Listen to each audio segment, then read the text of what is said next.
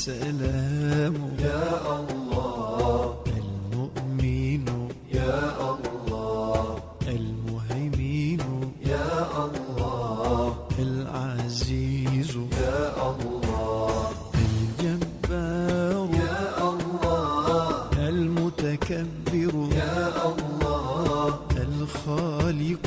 يا الله، البارئ يا الله، المصور